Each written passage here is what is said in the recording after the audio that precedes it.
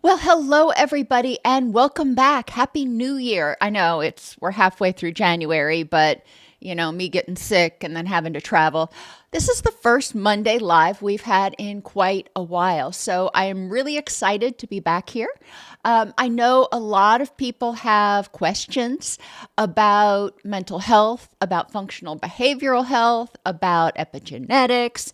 And that's what we're really here to talk about today is helping you understand all things mental health, especially as they relate to the mind and body. We can't separate the two of them. Whenever we're stressed, it triggers a cascade effect that impacts our sleep, our circadian rhythms, how well we absorb nutrients, our hormone levels, our neurotransmitters, and a bunch more stuff. All of those things impact our hormones and our neurotransmitters. Which all impact our mood and our energy levels and our desire to spend time with people. So we can't just pluck one thing out and say, if you change your thoughts, everything's going to magically be better. Not necessarily. Not necessarily. Oftentimes when I've worked with people over the past quarter century or so, I've found that there are multiple areas that are out of whack, so to speak, by the time they actually come to counseling. And identifying those areas that people are most willing to work on can help them get back a sense of agency, a sense of hope that things can get better, and can actually start getting things put back kind of in the right order. Because ultimately, most of the time, what we're doing is healing the nervous system so people are not stuck in fight or flight. Hello, Adriana.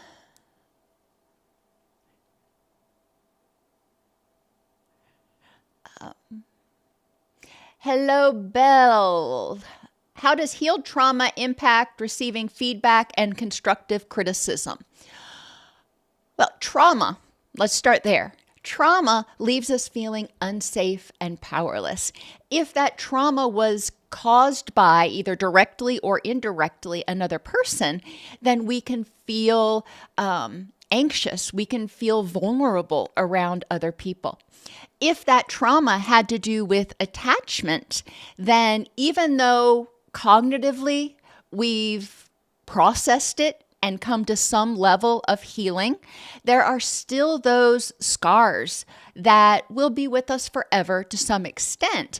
And when we have attachment trauma, that means we felt unsafe and powerless to be loved, to be lovable, to be taken care of. So when we are faced with criticism or rejection or even constructive feedback, even put in the most positive, constructive, helpful, inspirational way, it can trigger fears of rejection. It can trigger feelings of inadequacy. And feelings are not necessarily facts. We need to be able to step back and unhook for a second. So remember, you identify how you're feeling, you down-regulate, then you explore what is triggering that feeling in you at that time. And exploring it to say, am I actually inadequate? And that's a trick question because I encourage you, everybody, all the time, and yes, I know I'm using extreme words, but I think it applies here, to unhook yourself from your behaviors. Your skills may be inadequate. The way you handled something may have been not good, but it doesn't mean that you are inadequate or you are not good. So that's one thing, is to step back and look at the criticism and say, okay, if this is constructive feedback, what's it telling me? And is it accurate? Because maybe somebody has a different way of doing something and your way was just fine, thank you very much, but they were providing their suggestions for how you might do it more efficiently or their way. Well, your way's not necessarily wrong. It's just different. So in that case, you may take the feedback and go, okay, thanks. Now I have another way of doing it. No harm, no foul. If once you've explored this, because obviously they think that there is a skill or a behavior that needs fine-tuning. Once you've explored it and decided whether their feedback is useful and taken what's useful, left the rest, then evaluating the importance of this person's opinion about you. Worst case scenario, if they rejected you, is that a huge issue in your rich and meaningful life? And that's worst case scenario. Facts in this context at this time, were they rejecting you, or were they rejecting or constructively criticizing your behavior? And generally, it's probably your behavior. They had no problem with you as a person. But because we've had traumas where we have felt rejected, where we felt unsupported, where we felt unsafe because those who were supposed to care for us did not, then it can trigger those feelings all over again. Back of your mind, your amygdala is going, I remember this feeling. And your hippocampus is going, oh yeah, I remember back when I was 6. That's not happening right now. In the facts in this context at this time, you're not being rejected. You're not unsafe, but it can cause those feelings to bubble up just a little bit. The beauty of trauma growth or trauma healing or whatever you want to call it is that we are able to step back and recognize the difference between then and now. I don't get consumed in this vortex of terror. I can step back and go, yeah, back then it was awful. It was awful. Now I'm safe. Now this situation's different. This person is different. So yes, that was the really long version of receiving constructive feedback or non-constructive feedback can very easily trigger our sense of being out of control, being vulnerable, being rejected.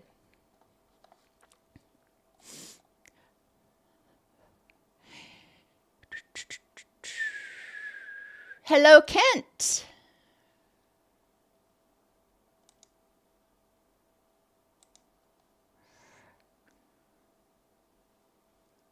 You are quite welcome, Ken. I am glad to hear that you are joining the field. I mean, there's a lot to be learned still. And it is awesome to see people still motivated to get into the field and try to help people move toward their rich and meaningful life.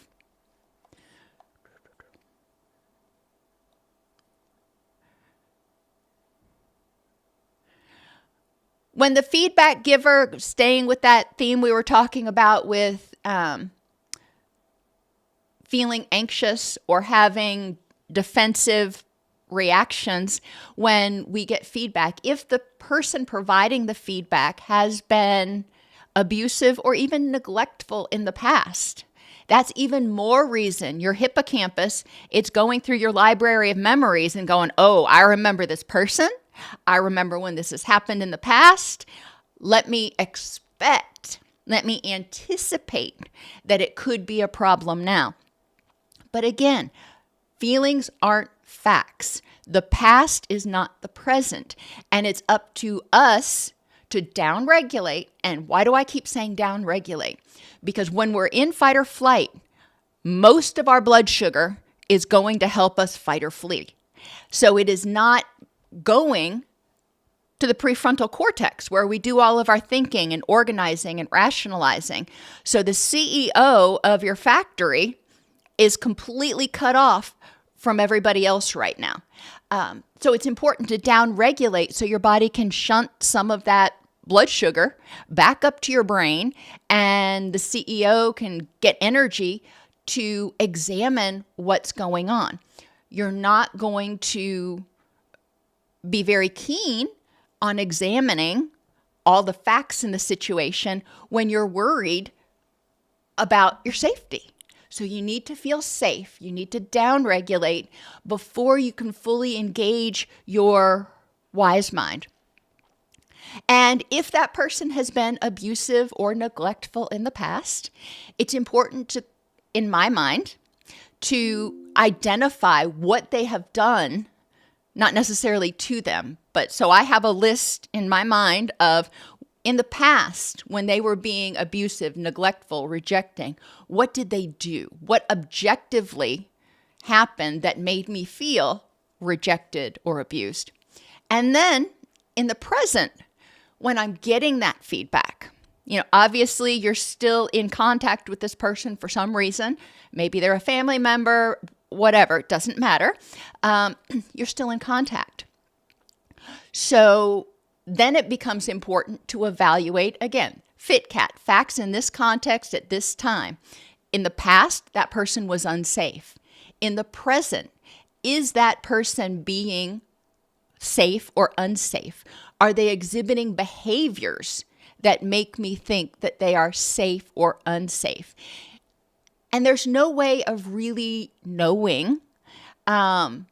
Another person can't really know what's going on. So it's going to be important for you to evaluate that situation and go, okay, I have chosen to stay in contact with this person and I need to keep myself safe.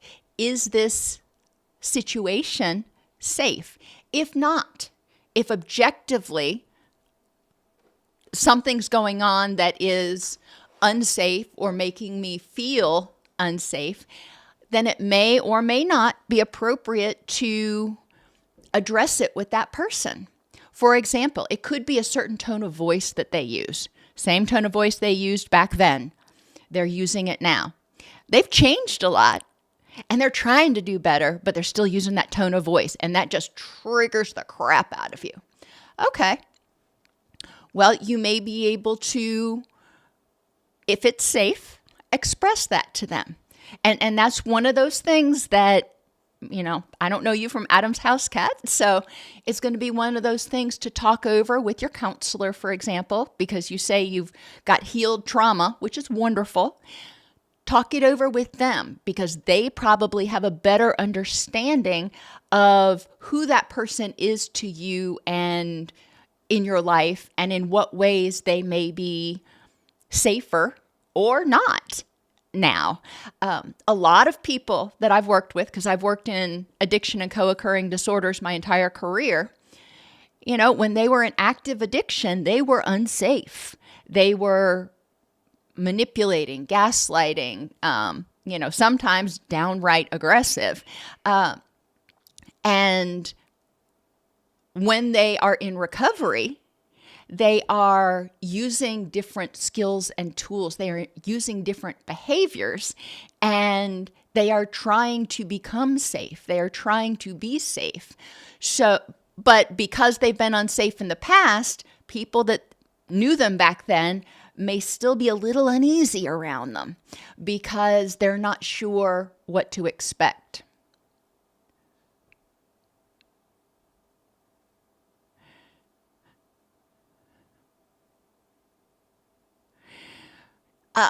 The videos that will help pass the addiction counseling theories, practices, and skills portion of the addiction exam. What I would encourage you to do, we have a playlist on here called Addiction Counselor Exam Review. I also have a podcast on Spotify that's called Addiction Counselor Exam Review. It is based off the IC&RC and Florida Addiction Counselor Recovery Certification study manuals, study guides. If you are taking the NAADAC test is much heavier on multiculturalism and pharmacology than IC&RC is. So it's not going to be as on point in those two areas.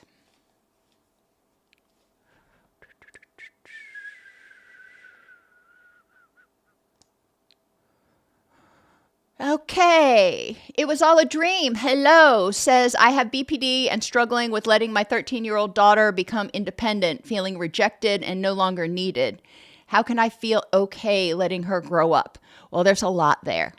I am wondering, and since you say that you've got BPD, I'm thinking you're probably engaged with a counselor, and I'm wondering, looking back over your history, whether you've had a history of attachment trauma. A lot of people with BPD do.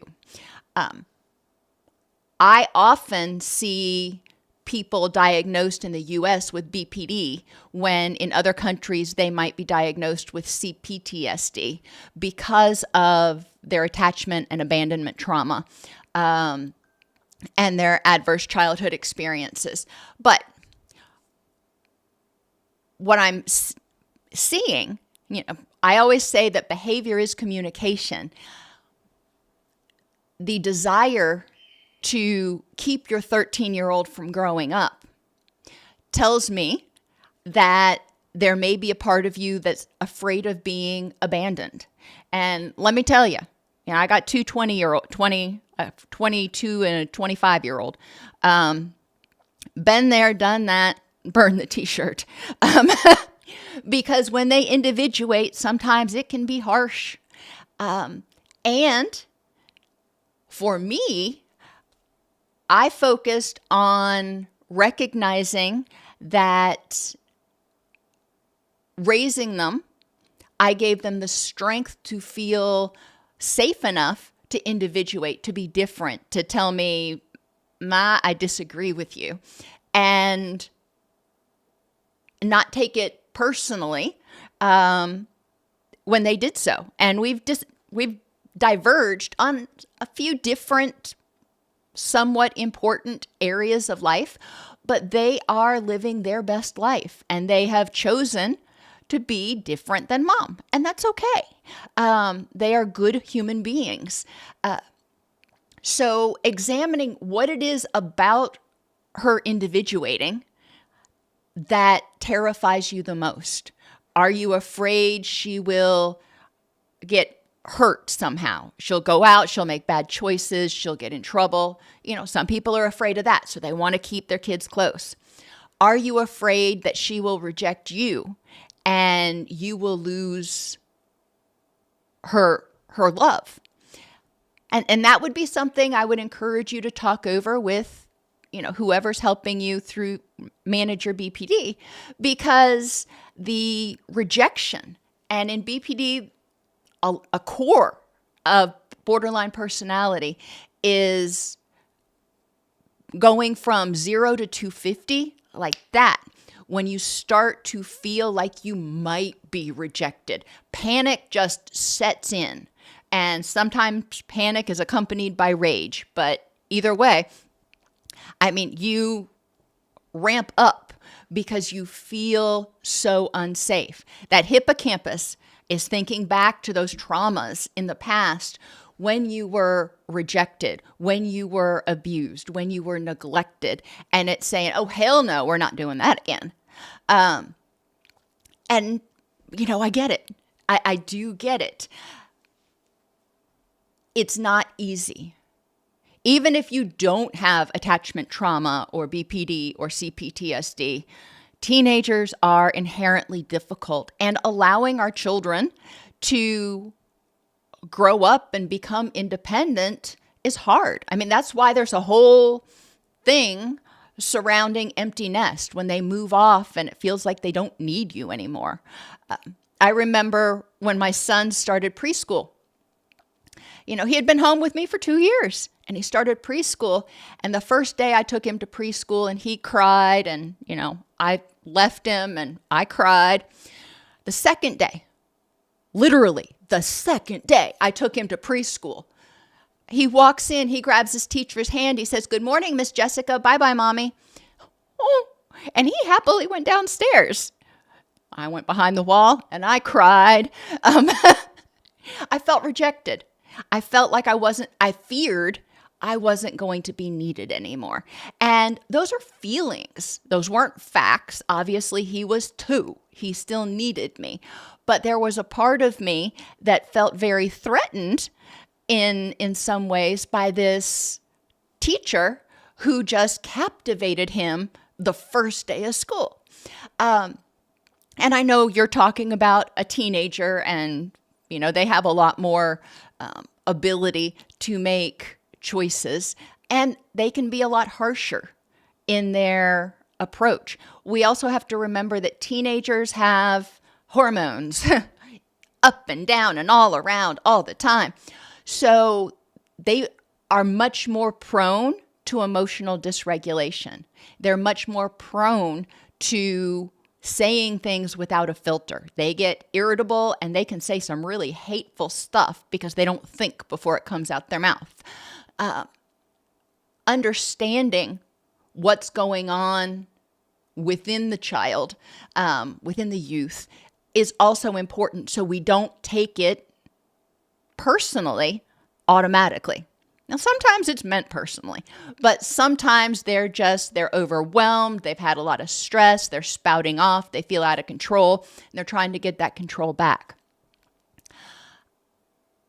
I don't know what your relationship's like with your 13-year-old. So that's why we're talking a lot in generalities here. However, if it were me, I would probably write down, I'm big on lists, I would write down a list of what characteristics do I want to see in my relationship with my daughter henceforth. How do I want this to be similar and different to my relationship with my mom? That way I can try to nurture those things while also allowing her to grow up. The other list I would make is, if I were my daughter, what would I want my mom to be like? What would I see? And you've already been there, done that. So you can probably look back and go, what did I wish my mom did? And that will give you some ideas about what may be going on with her that are normal adolescent adjustment behaviors, if you will. Because there's a lot of things. I look back and I'm like, I wish my mom would have done this more, done that less, blah, blah, blah. And it can help me as a parent now. It helped me adjust my behaviors. So I tried to be more like the mother I wanted. Those are some things that I would suggest contemplating.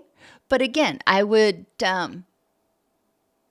recognize that a lot of borderline personality traits are reactions to fear of abandonment, and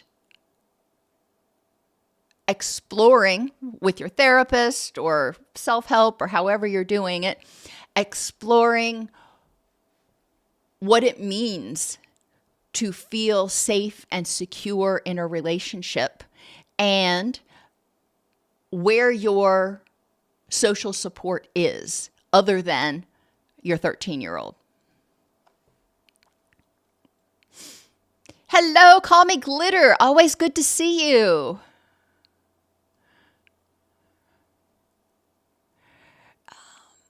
I've been dealing with chronic anxiety and depression, and I constantly switch between freeze mode and forget it mode. This is making me physically weak, and every small thing now stresses me out. What I'm hearing is classic burnout. You're in freeze mode, you don't know what to do, you're just kind of stuck there, and then you don't have the energy. You're just like, well, screw it, I just can't. You're out of gas. You are out of gas. You're completely burned out.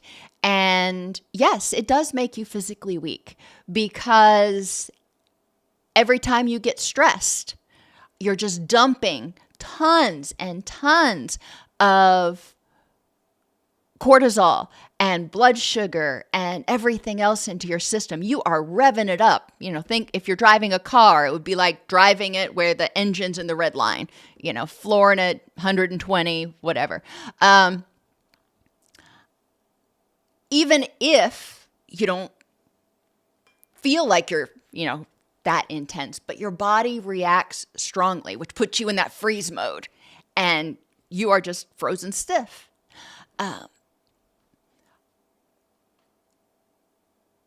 It may be important to identify what all of your, and I know it may seem overwhelming right now, all of your stressors are. Because depression is that sense of feeling out of gas, hopeless, helpless, no motivation, just forget it, flop mode. You just can't.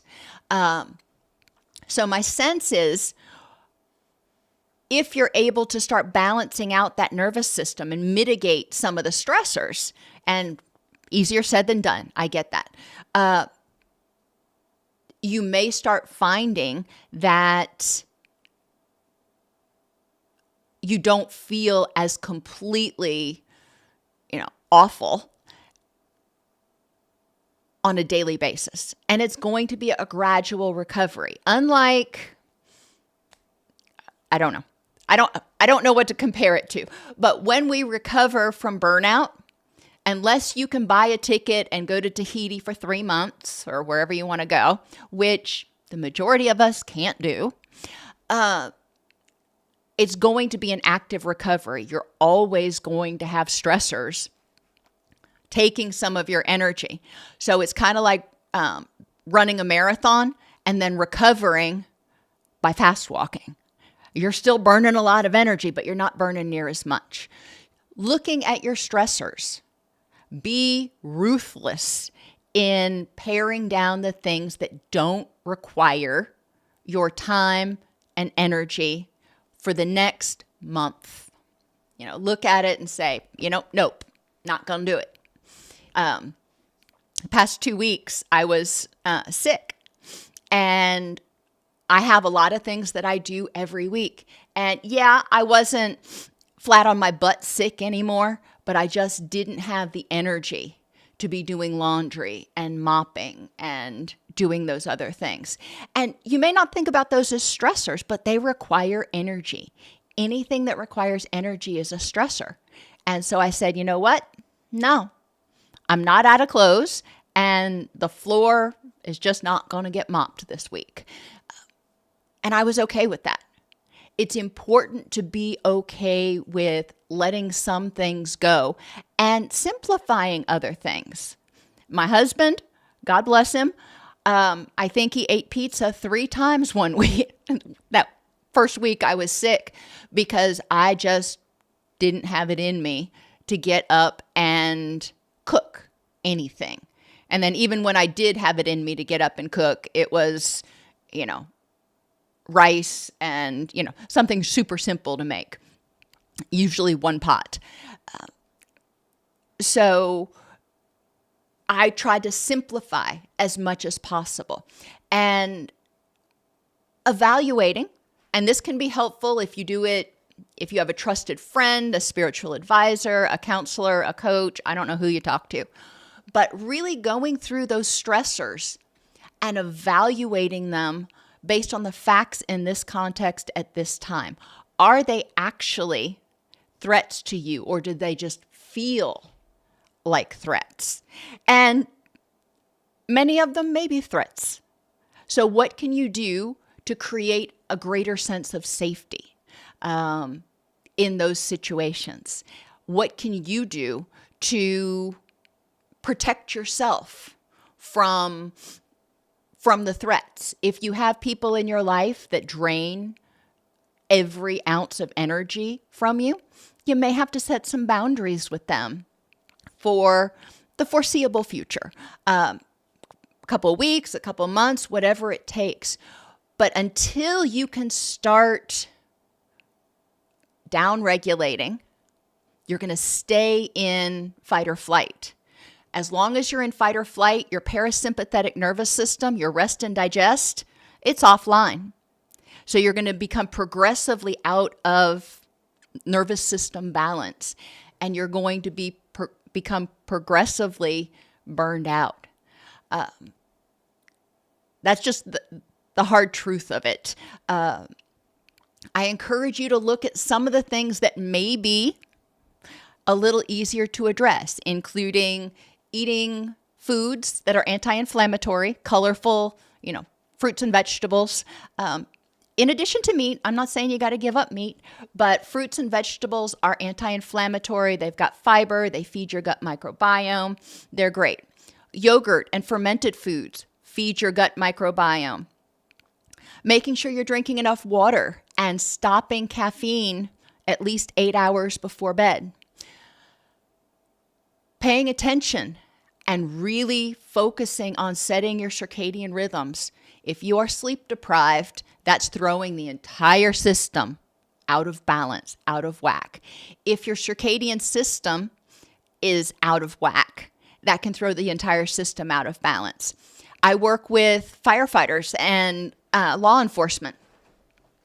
And firefighters are even worse than law enforcement because cops, if they're on midnight shift, they're on midnight shift. And they can maintain that shift 7 days a week. So their circadian rhythm can adjust.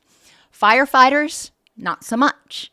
Firefighters will be working like a 24-hour shift. And when they're working, they're going to get called out in the middle of the night. Their circadian rhythms are going to get disrupted. It's just a fact. So instead of saying you have to have stable circadian rhythms, because that's not possible for them, we say, how can we mitigate this? What can we do to minimize the damage? Some of it being on your days off and on your days at work, if you can go to sleep at the same time and get up at the same time, that's ideal. Now, it doesn't mean, especially the days you work, doesn't mean you're going to sleep through the night, but at least your body's going, okay, this is when I sleep.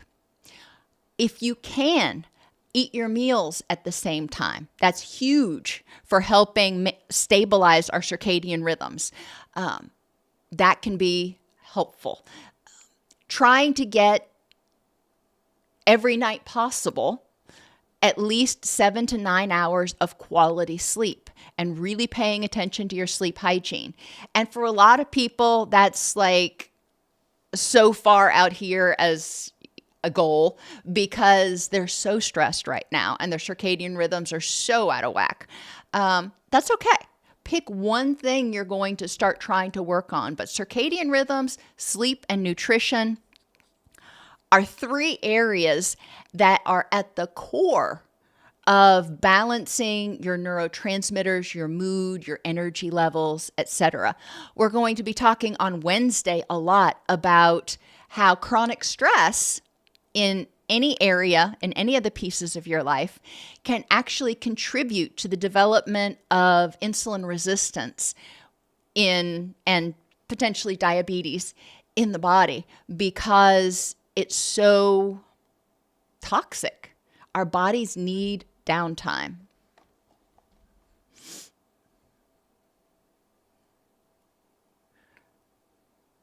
Have I heard of becoming a zombie on anxiety or depression meds? Some people feel zombified.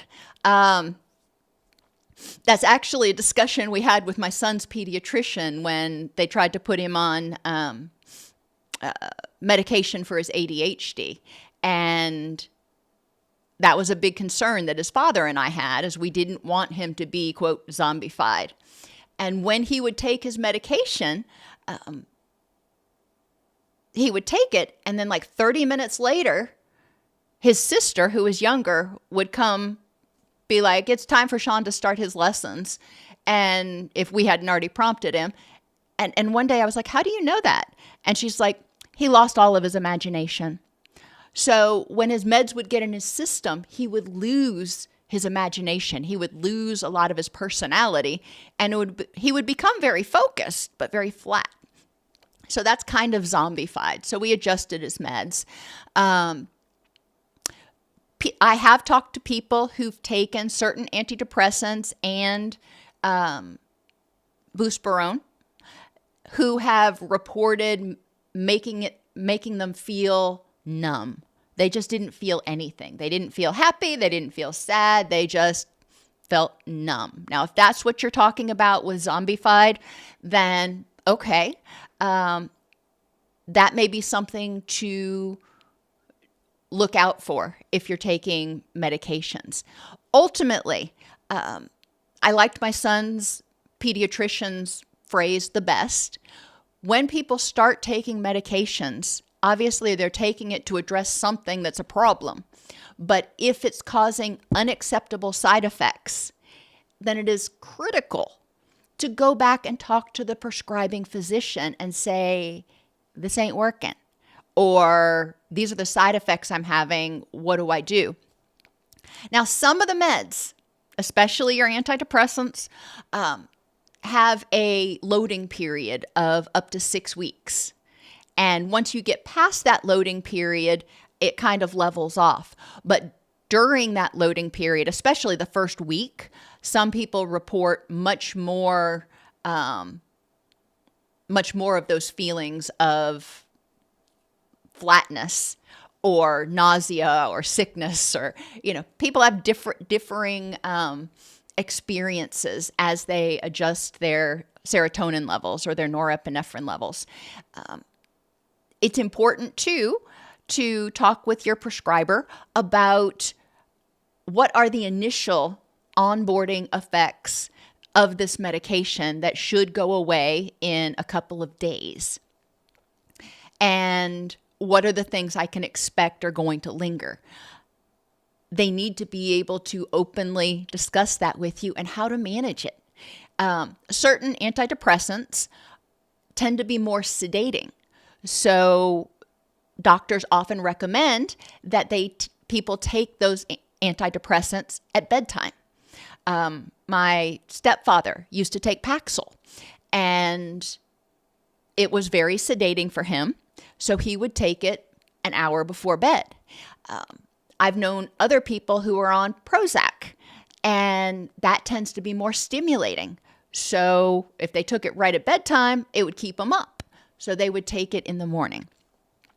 I've had other people that were on mood stabilizers and atypical antipsychotics that felt kind of hungover the next morning. Even if they took it at night, it was still in their system when they were trying to wake up.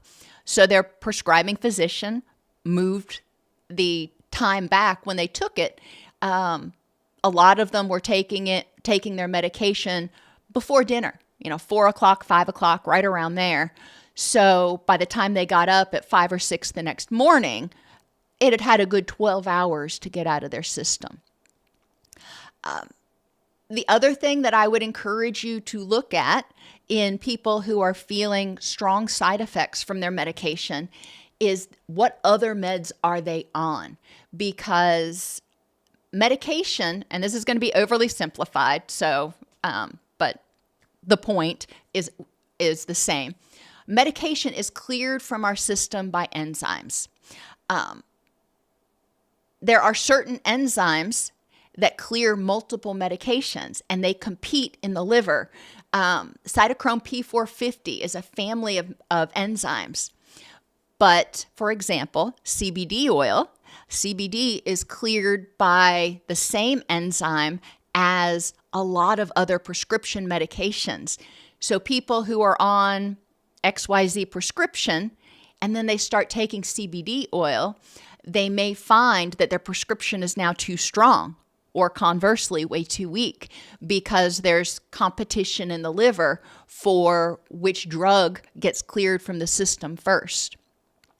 That can be another cause of feeling significant side effects from the medications. We also have to remember that a lot of our feelings, happiness, sadness, anger, anxiety, motivation, are caused in part by our neurotransmitters. And when we start taking psychotropic meds, we are altering the levels of our neurotransmitters. And when you alter the level of one, you're altering the level of all of them. You're just altering one more strongly than some of the others. So it could be that flatness. That's why I said talk with your doctor. It may be one of those things that levels out after a little while. But, just in general, that's what a lot of people are referring to when they say they feel like a zombie. They feel like they're just kind of putting one foot in front of the other and they don't feel much of anything. I completed an internship at the Salvation Army and I facilitated the smoking cessation class for a few months. I fell in love with the field and have lived experience. So that's wonderful. You love what you're doing. And me too. I love doing group more than anything. I love doing group. And smoking cessation was a hard group to start out with. Nicotine is one of the most addictive substances on the planet. Yes, I know. Some of the other ones have much more significant acute effects and can be much more dangerous. But as far as the tenacity of the addiction, nicotine is one of the worst. Let's see. What are my thoughts on touch starvation within society right now since COVID and beyond? Any recommendations for gaining healthy touch in society? Touch starvation is one of those things that can also cause low levels of oxytocin. Now, oxytocin, if you watch the video on it, is our tend and defend hormone. It is not necessarily always a bonding hormone. It's a I want to care for something hormone. It's a I want to protect the things that are important to me, including myself, hormone. It's the mama bear hormone. When we don't experience human contact, and in real life, there's a significant drop in oxytocin levels. They found that people are much less engaged in Zoom meetings because you're not actually making eye contact. One person is like reading off a PowerPoint and you're not actually both generally looking into the camera at the same time. So you're not having that social cue that triggers oxytocin. Not everybody's okay with touch. There are a lot of people that have trauma, social anxiety about germs. There's a lot of health anxiety that developed over the past few years. Okay, so what can we do to increase intimacy in society? And when I say intimacy, I mean all types. There's physical intimacy, of course. Interpersonal intimacy, relationships, cognitive and emotional intimacy, sharing our thoughts and feelings with others, and environmental intimacy, letting people into our space. That's where it starts. Finding that third place is really important for a lot of people. I mean, that's why it's gotten its own little catchphrase now, the third place, because so many people realized that a part of them was starving from not having actual connection. Now, I live on a farm, and at any given time, you're going to see creatures, cats, dogs, the occasional chicken, walking around behind me. And so I have a lot of touch. I mean, I've constantly got some kind of critter in my lap, but that doesn't replace, for me, human contact. And especially being an extrovert, I crave human interaction. So to that end, what can we do to increase connection between people? Emphasize exploration of third places and what it would look like to feel safe in a third place. And third place means somewhere that's not home and not work. So it's that third place that you spend a lot of time. what does it look like for people to feel safe in that? Does it, and each person is going to be different. There are some people who still have a lot of health anxiety and a lot of fear of getting sick, especially right now.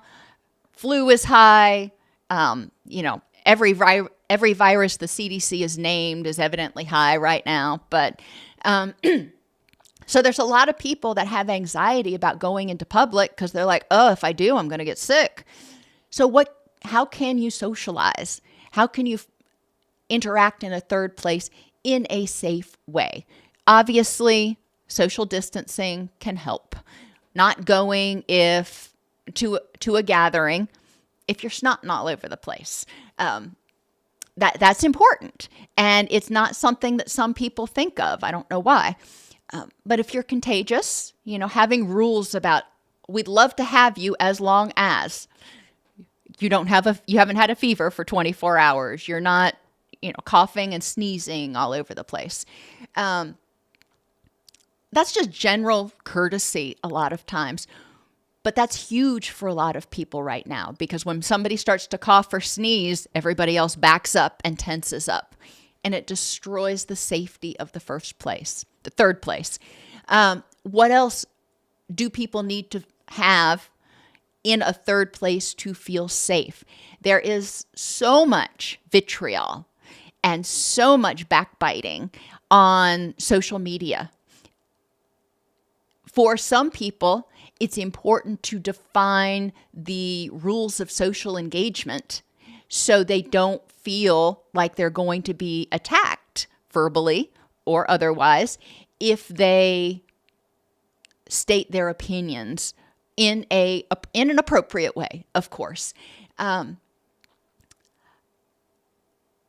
It's going to be a gradual process of getting people out. I know I've seen research recently that has shown that there are a lot of young people, especially young males, that are tending to find a third place in some of the more traditional, highly structured churches, which I found to be very interesting. But they're finding it's safe there. There's routine, there's rhythm, there's very little risk. And that's the first step to getting out of the first and second places and hopefully starting to develop some social interactions.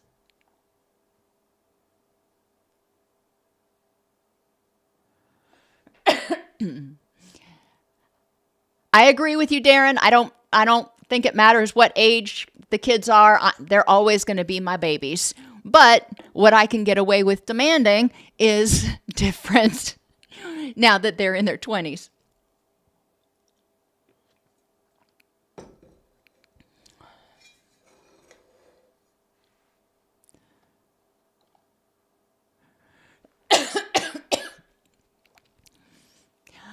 Call Me Glitter says, Thursday, I brought an attorney to see a judge for a hearing to get disability. Awesome. I find out in 4 to 6 weeks. What can I do to help worrying? I've been crying. Oh my gosh. Yeah. Waiting sucks. It's awful because you don't know and you can't plan, and you're kind of in this place where you're treading water until they finally make a decision. And it can be agonizing because this is your life that's in the balance. So what I would encourage, and since you've been with us for a while, I'm going to be a little bit more suggestive, I think, than usual. What I would encourage is looking at, what's going on right now. If they deny your disability, you're going to be right where you are right now. You're probably not going to be worse. You're not going to be better, but you're not going to be worse. All right. That would suck. No doubt.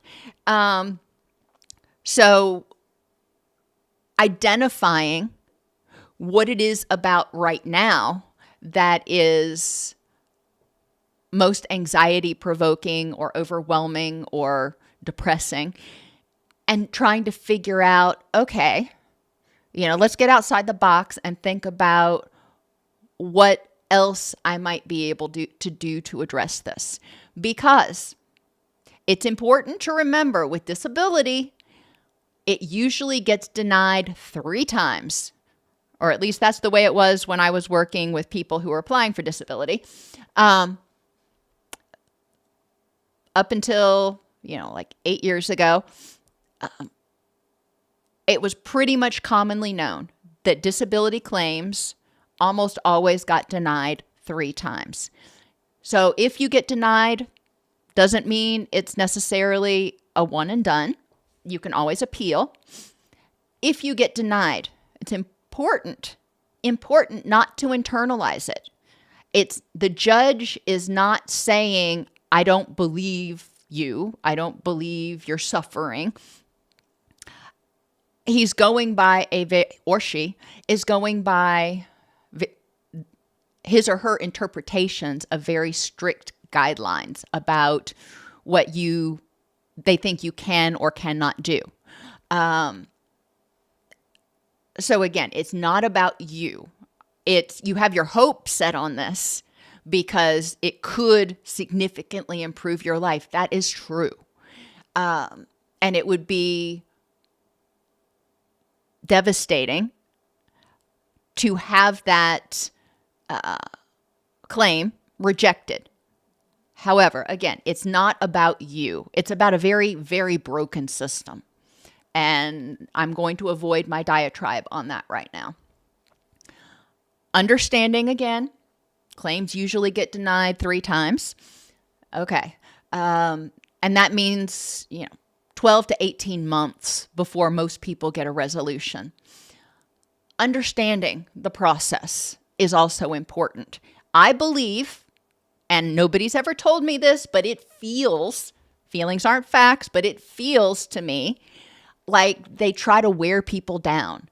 They deny you the first time, and then, 50% of people don't appeal it. So they're like, woohoo, fewer people we've got to handle now. They deny you the second time. 50% of those don't come back. So it's almost a way of whittling down the people who both really, really need it and have the wherewithal to jump through the hoops. I would encourage you to engage in some thought stopping. Yes, you're feeling your feelings, and they're very valid. There's so much turmoil and so much uncertainty. And there's nothing you can do about it right now. Nothing. Therefore, looking at your rich and meaningful life, are there things that you can focus your attention on to pull your brain out of that spiral and give you something meaningful to you to focus on that you actually can affect right now? Whether it's your health or a relationship with somebody or a hobby or, I don't know. Things that are important. Maybe volunteering. I don't know if you like people. I don't know if you like to volunteer. I don't know if that's helpful. Some people are like, oh, heck to the no. Other people are, okay with that. And again, I would check with your attorney on how much you can do, even volunteering, without potentially jeopardizing your case. So, unfortunately, that's a hard truth. If they see that you can volunteer somewhere for 40 hours a week, then they may extrapolate, well, why can't you work somewhere for 40 hours a week? I'm not saying they will. I'm just saying I know in the past that's one of those things that they've looked at. But it's important for this 4 to 6 weeks to acknowledge your feelings. I feel angry that it's taking this long. I feel completely helpless to do anything because it's just in the hands of the judges right now. I feel, however you feel. Okay, you feel that way, and that is valid. And stewing in it, it's just going to make you pruny. Therefore, what can I do with my energy right now? Starting your day, acknowledge your feelings and say, okay, but what can I do right now for the next 15 minutes or today, if you can think that far ahead, that will use my energy to give richness and meaning to my life?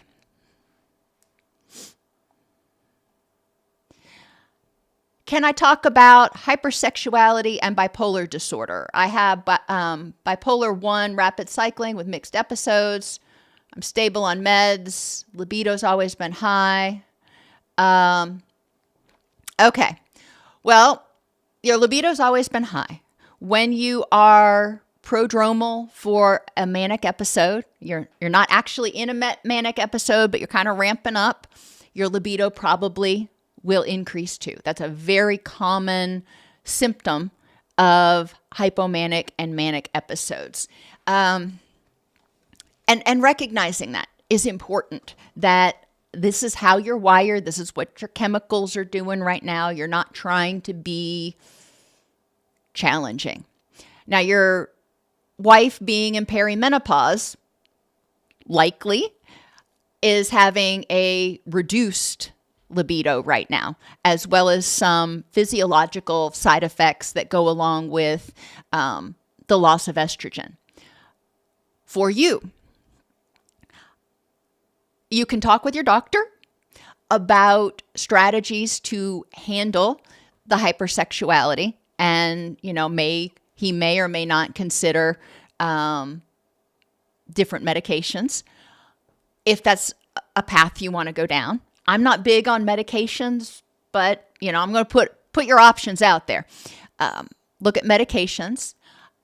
There are options for considering ways that you can manage your hypersexuality if or when your wife is not in the mood. And looking at what's reasonable, talking with her about what's reasonable. There's all different ways that the two of you may be able to work this out.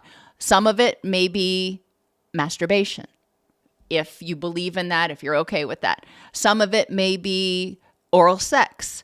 So if she doesn't feel like having sex, but, some of it may be actual sex.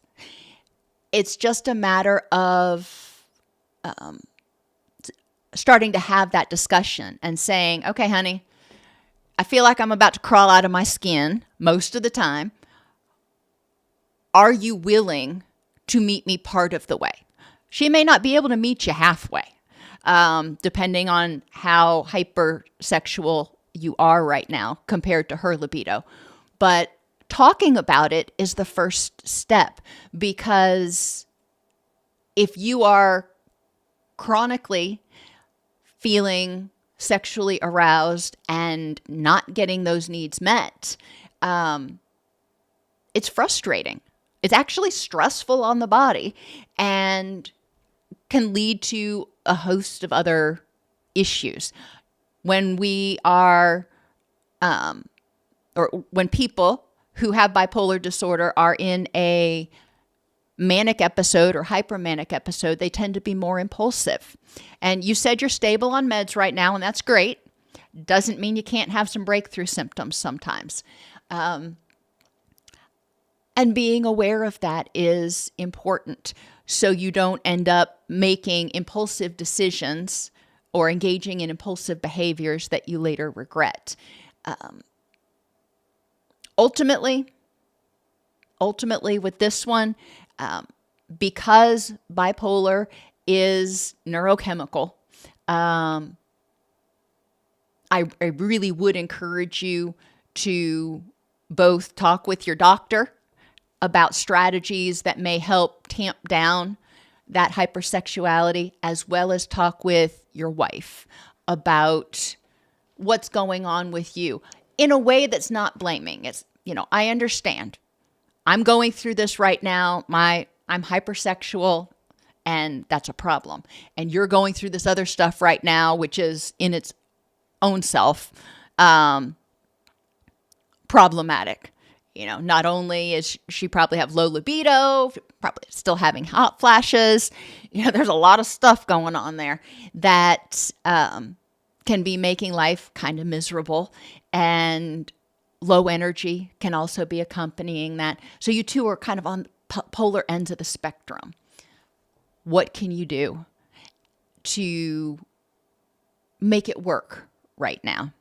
And, if she is struggling with symptoms of perimenopause, encourage her to talk with her doctor about ways to manage it. And there are ways that they can manage it now, whether not just hormone replacement therapy, but there are other things that can be done. So if that's something she's willing to or wanting to pursue, it may improve her quality of life as well.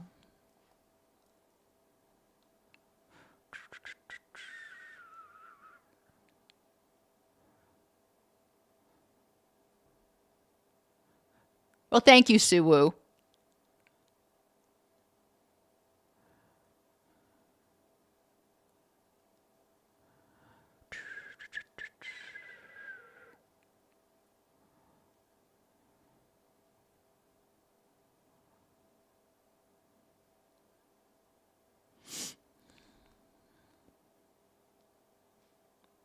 Call me Glitter if you have one or two friends that you have good relationships with. I would encourage you to maybe get with them and brainstorm a list of things that you may be able to do to keep your mind occupied. They may be more than happy to, come over and have coffee with you sometimes or whatever. I know when I'm home by myself, I don't know if you're home by yourself a lot, but I know when I'm home by myself, I get stuck in my own head and I end up pacing around the house just thinking and talking to myself.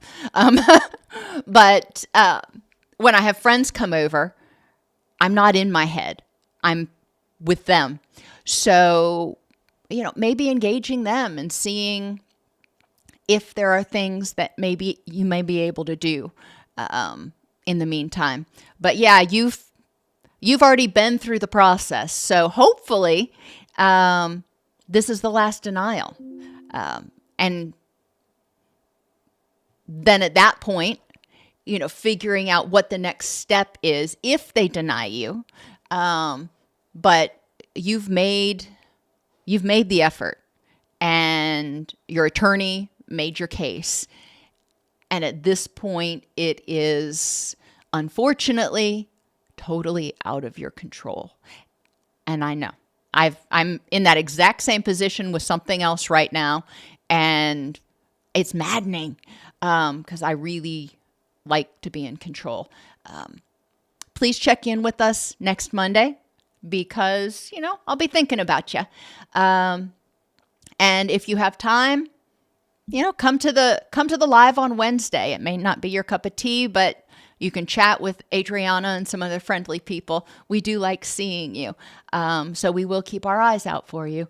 And anyhow, everybody, it is the end of my time. Have an absolutely wonderful rest of your week. And if I don't see you Wednesday, I will see you next Monday.